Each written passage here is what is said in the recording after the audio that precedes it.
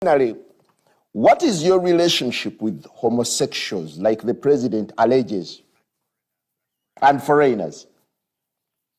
Well, that is nonsense. It is a shame. It is really disrespectful to be talking to a married man who is married to a woman who you know. You continue. I feel insulted to be drawn in sexual talk with whoever when we have a few hours to lead to an election. General Museveni has always tried to paint us with any negativity, with violence and with whatever. He cannot convince people anymore, okay? You know I'm a married man. You know I'm a cultural man that would rather come to this national TV and use these last minutes to talk about how best we are intending to peacefully, constitutionally, and non-violently liberate ourselves. But you're driving us into sexual talk, which to me, I find very, very diversionary, okay?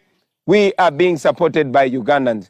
General Museveni can talk about whatever. I saw him today trying to change the narrative, trying to be a younger person, etc.